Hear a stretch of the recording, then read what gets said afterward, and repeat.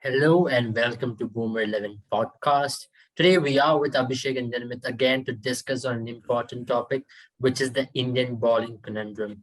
We know that India have lost their third consecutive series loss in Sena country. They lost in New Zealand earlier in 2020. They had their loss which they suffered against Australia in 2020 as well. Now against South Africa, they are 2-0 down.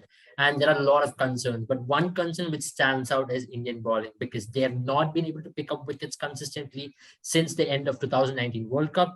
We don't know what is the reason for it, but we are here to discuss on it. Abhishek and Nirmit, welcome on the show. Hope you're all doing well. And let's get going, Abhishek, on this particular topic as to Indian bowling. You know that it's not been the best of times for Indian bowlers. We've not been able to pick up wickets. Let it be the test series, the last two innings in the second test and also the third test, we were not able to pick those 10 wickets, but now it has continued in the one-day series as well. Where do you think it has been lacking for India? Right now, I have a feeling, that the selection committee with the ODI squad, at least they're doing a trial and error. They're just seeing what hits the wall and what sticks to it. They don't. I think they themselves don't have a definite go-to plan or that X factor bowler. They're still experimenting themselves. But as you mentioned, since the 2019 World Cup, if you look at the series wins, and in those series wins as well, in all the series that India has played since the 2019 World Cup after they lost to New Zealand, all the matches in every series that they have lost has been predominantly because of poor bowling. Inability to take wickets. Exactly, true. And inability to take wickets is one, and their ability to contain runs has been the other one. Except Bumrah, maybe every bowler that they have gone with, both in the fast bowling department and the spin department, they have leaked runs left and right. I have an interesting And stat over here, Abhishek. India have yeah. played 23 one-days post 2019 World Cup. India has just picked up 10 power play wickets. Let me remind you, 10 power play wickets at a bowling average of 132. And you are talking 2.1. Yeah, 32.1. And let's be very honest, this is some really shocking stats for a top level team like India because you're looking at them dominating world cricket semi-finals of the World Cup, World Test Championship final. Okay, let's not bring the red ball cricket at all. We saw that bowling reflect in this recently concluded T20 World Cup as well. We lost to Pakistan with that hammering which Rizwan and Babar gave us. Then we had a poor show totally in the World Cup and which resulted in the exit in the group stage itself. Now it's been continuing. That's where the questions is arising. Why aren't Indian selectors taking it up? So Abhishek, you can continue from where you left off. Yeah, that was one observation that I made. And, just looking at this South Africa tour, I look back at the South Africa tour back in 2018, how India were on the top of the game, both in the bowling department and the batting department in the ODI series. In the bowling department, they had the tandem of, Kuldeep Yadav and Chehal. They combined in 6 matches, they picked up 33 wickets, 16 and 17 respectively. Yeah. So, and one more observation that I made was after that series, they have not played together since the last ODI series that India played against Sri Lanka back in July. They're not played together in tandem. So I don't know. The selectors seem to be choosing Chahal over Yadav. And I have a feeling that he's just lost his touch with the selectors. He's just out of he's just not in their good books anymore. He's just not in out of favor. Out of favor, exactly. Yes. And I feel and it's just one match that I feel brought about this downfall for the duo. That was the India versus England, the World Cup 2020 World Cup match.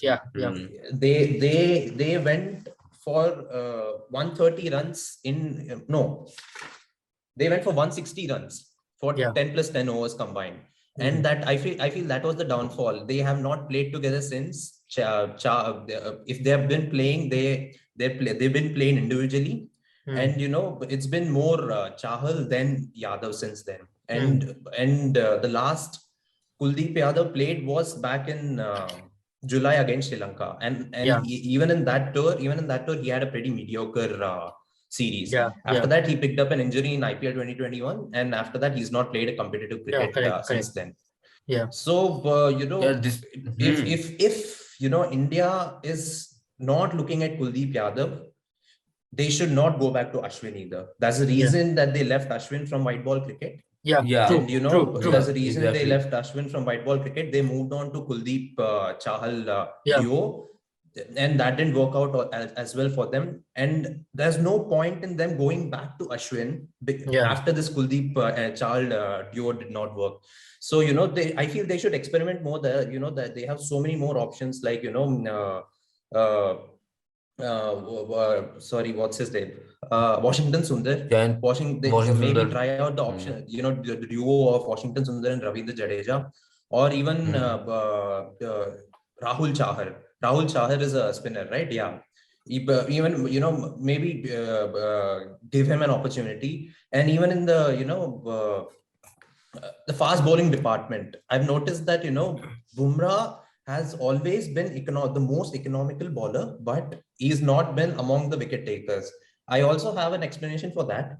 That is just in my opinion, that Bumrah, both the batsmen of the world, they've grown used to Bumrah. They know that they've decided not to take risks against him. That's why their mindset is basically play through is 10 overs, you still have 40 overs remaining, you can still slog the other bowlers. That's why I feel Bumrah is not amongst the wicket takers, but he's always been the most economical bowler in India. So, but to sum it up, So like what is missing with India? Yeah, Nirmal. So there's this interesting stat which regarding Bumrah, that post 2019 World Cup, Jasprit Bumrah has like picked up only one power play wicket in across 11 innings, and bowling after bowling 43 overs in total. He has just one power play wicket with the new ball, and Bhuvneshwar Kumar has only three in that same period, bowling 41 overs. So that kind of sums up what you are trying to like this is just addition to the stats which add to your point, that Jasprit Bumrah has the batsmen of the other countries, they have figured out that okay, we can keep we won't be able to play our regular shots against him, so we will be keeping quiet at that end, and will be freely scoring runs Exactly, from the yeah. other end. And I'm sure Bumrah and the team management selection committee also know this, but they still haven't figured out a way to convert those balls, like those economical overs into wicket taking overs as well. And I feel that is up to Bumrah only to figure that out. That's where you speak about bowling in tandem, right? One issue which we have seen is we don't have a bowler to back Bumrah up.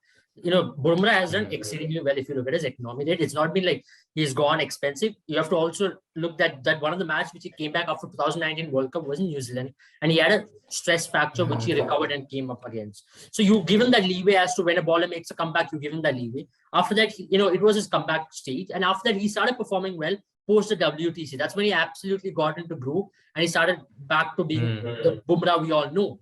But now the issue is who is that bowler who selectors will back. They are looking at a Bhuvaneshwar who really had a very bad World Cup in 2000. It's a T20 World Cup after all, but then you are looking at a bowler who have actually gone for runs and he's not been able to pick up wickets. And he's also a candidate for picking up very often injuries. So Nirmal, my question is, should selectors be looking at someone like Mohammad Siraj or Prasidh Krishna, who are in the wings, who have done really well whenever they have been given that opportunity to represent white ball cricket, or they should be going back to even someone like Avesh Khan?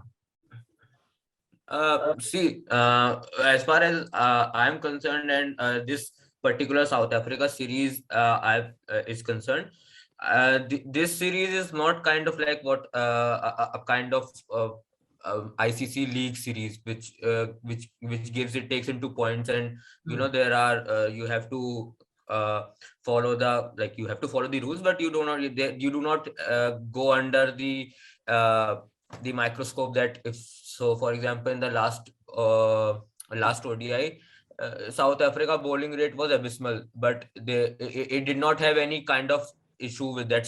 So in short, it is not a serious series, which as far as ICC or BCCI is concerned. So they could have gone for the list A players, or given them the opportunity.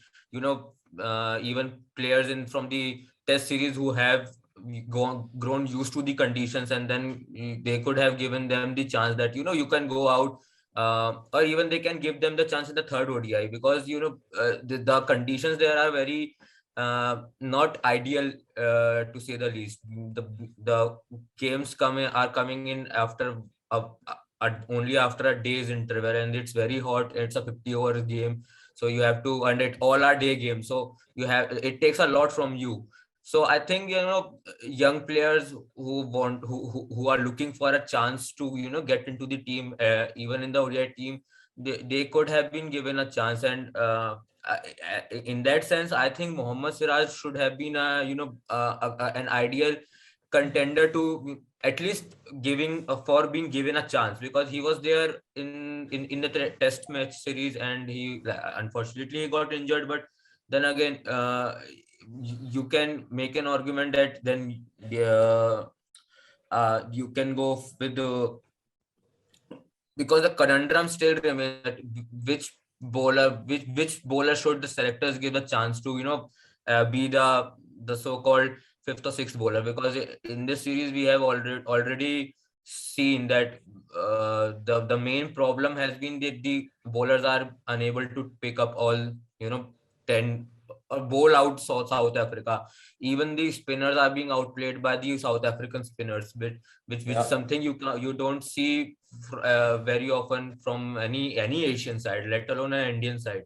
So you should selector should have at least have a plan B in place to let's try something. Either way, you can go for Washington Sundar and Ravindra Jadeja, even if you want to try, or give Kuldeep Yadav a chance, and reignite that duo with who, like, even in the last series in South Africa in 2018, the 6-match ODI series, these two spinners had a combined took 33 combined wickets at an average of 15 odd average. And but they were the main driving force behind that series win, 5-1 series win in 2018. Why not give them a try? Give Kuldeep Yadav an opportunity, to get back into the same country again, the same team, and reignite the lost form that or reignite the form that he had in the last 2 or 3 or couple of years. And develop a partnership with Yuzvin Chahal again. Or you can, if that's not the game plan, then you can at least give Washington Sundar another chance to get vital experience, or give him an opportunity to showcase on an international stage that he can be that all-rounder, or that sixth bowling option, or fifth or sixth bowling option for India, that can chip in with runs and as well as chip in with wickets. Along with Ravindra Jadeja, who can like, he is experienced enough at the international stage in that particular role of being the sixth bowler and the so-called all-rounder teammate in the squad, that he can mentor Washington Sundar in that sense. So my main point is that the selector should be going into this series, should have been gone into this series with a game plan, at least, to for something for the future to plan or build up to. Virat Kohli has given up his captaincy, and KL Rahul is the new captain. He wants to get his new team, so you need to give him the ample of support, or at least the requisite support to build up your own team, look into players, and give the youngsters of the upcoming bunch of youngsters enough experience and exposure on the international stage away from home, to get their to showcase their abilities. So in that sense, you can bring in Mohammad Siraj, bring in anyone. That's what I'm saying. You can bring in Mohammad Siraj, you can bring in anyone, Washington Sundar, Kuldeep Yadav, instead of Ravichandran Ashwin, and make that bowling partnership work again, or try making that work again. Or you can pick someone from the list someone from the domestic circuit and give him an opportunity. Yeah. But at least, and I'm pretty sure that Rahul Dravid as a coach would have ample of, he would be having a list of players or bowlers that he thinks should be making into the team. Yeah. And he selector should take advice from him, from KL Rahul, who's the captain, Yeah. and take inputs from them, give and or give them the give them the task of making out a blueprint as to what kind of team they want to set up for the upcoming World Cup, Yeah. and work on that. Do anything, but at least work towards the future. This particular series, like it has always it only has showcased us all the negative points and all the things that needed to be worked on, Yeah. and rather than giving us any kind of answers to them. Yeah. So Correct. it has opened up more questions than given Correct. us answers. Correct, absolutely. That's rightly pointed out by Nirmit, that this entire tour has really given us more questions than answers, and this tour might have ended careers of many Indian players. I'm talking about the tour at large. It talks about Pujara, Rahane, Bhuvaneshwar. Now maybe even Ashwin's white ball return will be questioned now going to West Indies and Sri Lanka series.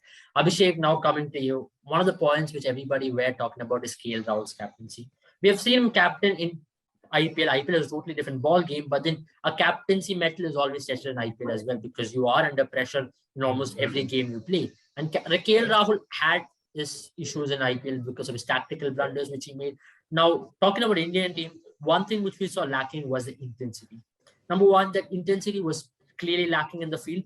That's not the intensity at which Indian team plays. And we have seen it in the last 4 or 5 years, and Indian team's intensity is unmatched almost in world cricket. Let there be a loss, but one thing which Indian team always tries to put out an intensity. That's something which is controllable in game. That was lacking. The body language is always down. You could have closed the game after being 70 for 3 South Africa. They could have got them out for 200 odd, but that was lacking.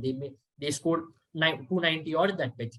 Now, my second point is, what is the bowling combination India should be going with? Because you're talking about Venkatesh Iyer to fill in that Hardik Pandya role. We saw that even Kuldeep Yadav and Chahal had to split up when Hardik Pandya's injury started recurring. And now you have a Venkatesh Iyer to play a role of a finisher. Are you seeing him as a long-term option, or are you looking at Hardik Pandya to return and play, fill in that role of number 7, and so that Kuldeep and Chahal can come back and join what they were doing in the 2018-2020 stage?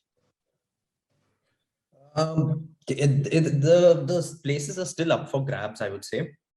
So many ifs. There's no certain player that has cemented his a place in the bowling lineup, except for Bumrah. I would say Bumrah and Shami.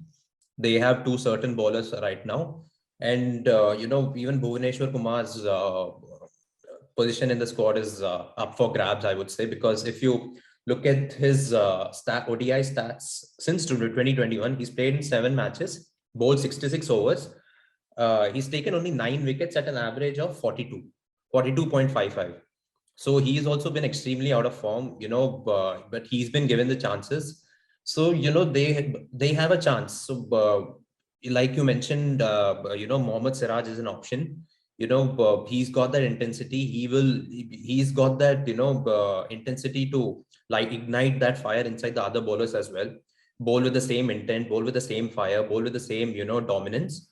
So he's definitely an option. But do you guys know why Siraj has never been considered for white ball cricket until now? Yeah, I think it's because of the IPL form which he showed. There was a stage where he was taken apart in IPL cricket, and he came back with that red ball form in Australia in 2020, that series where Okay, he the stage apart, and he had a great start.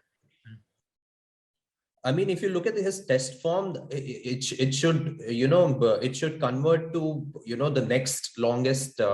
the next longest format of the game, which is ODI. He's bowled 20-25 overs in tandem with other fast bowlers. He has that the energy, he has that stamina, he has that fire in him to bowl, to give it his 100% in every ball. And he could easily, I feel he could be that X factor in the fast bowling department if considering Bumrah is not being able to be amongst the wicket takers. So, and bowlers are not used to Siraj. So in the one day format, so he could be that he could, definitely surprise the batsman in the one day format. So I feel he's definitely an option. He should definitely be, in the running for to replace Bhuvneshwar Kumar. In the spin department as well, I would say keep Jadeja being injured was just unfortunate. Even But if you look at Jadeja's bowling figures, he's been averaging close to 59 in the bowling department. It's not like Jadeja has picked up wickets. India has been. That's true. But I feel if you compare Jadeja to Ashwin, Jadeja packs a much greater deal than Ashwin. Ashwin just brings in the bowling, the bowling part of the match entirely. But Jadeja, if you look at it, he's the top fielder, and he contributes much more than just bowling. And even if he's not among the wicket takers, he's at least he doesn't leak runs. He's not he's very economical in his bowling as well. So maybe the other guy in, I keep forgetting the names. Who got COVID and right before the start of the spinner, he got dropped because of COVID. Washington Sundar, yes. He proved himself in the one chance that he got in Australia. So he's got that fire in him, and he always has this stone cold face. He will never show any emotions. So that is also, it's very, and when he's a very good customer, I would say. He had a very good Vijay Hazare Trophy, mind you. Both of the bat and ball guided Tamil Nadu to the finals. Exactly, yes. And if you operate with such a stone cold face, it's very hard for the bowler or the batsman to read what your next move would be. Because your mind is always ticking, and if you have the stone cold face, the opposition will find it very hard to read what your next move is going to be. So that could also prove to be the X factor, and what the Indian bowling lineup is missing. And even maybe give a chance to T Natarajan as well. He proved he did pretty well in the test match in the Australia in the Australian tour, and he played one match in the ODI series against Australia as well. And he picked up, I think, 1 or 2 wickets in that. He's been proving himself in the chances that he's been getting. And like Nirmit said, the selectors, I'm sure they didn't take this ODI series seriously, because it does not count for in the long run to qualify for the World Cup. And but anyways, India have qualified for the World Cup because they are the host nation. So this ODI Super League does not really matter for India anyways. Yeah, it does not. That's true. So, but then again, like they didn't really care enough to find solutions to their problems in this ODI series is what I feel. And they've dug themselves a deeper hole than what was already there. We're looking at 1 year to go for the World Cup, and you have so many questions right now which has been pointed out towards the Indian team. We'll be ending our podcast with this. We'll be coming up with another podcast which will be on the India versus South Africa, the tour preview at large, and also we'll be talking about India versus West Indies and some football podcasts as well. So stay tuned with that, and thanks for joining us. Stay safe, all of you. It's been the third wave, which has hit most of the countries. So wear your mask, keep your hands sanitized, and also have a lot of fun staying at home playing the fantasy sports in Boomer 11. You have a lot of contests. You can win many prizes as well. Bye-bye.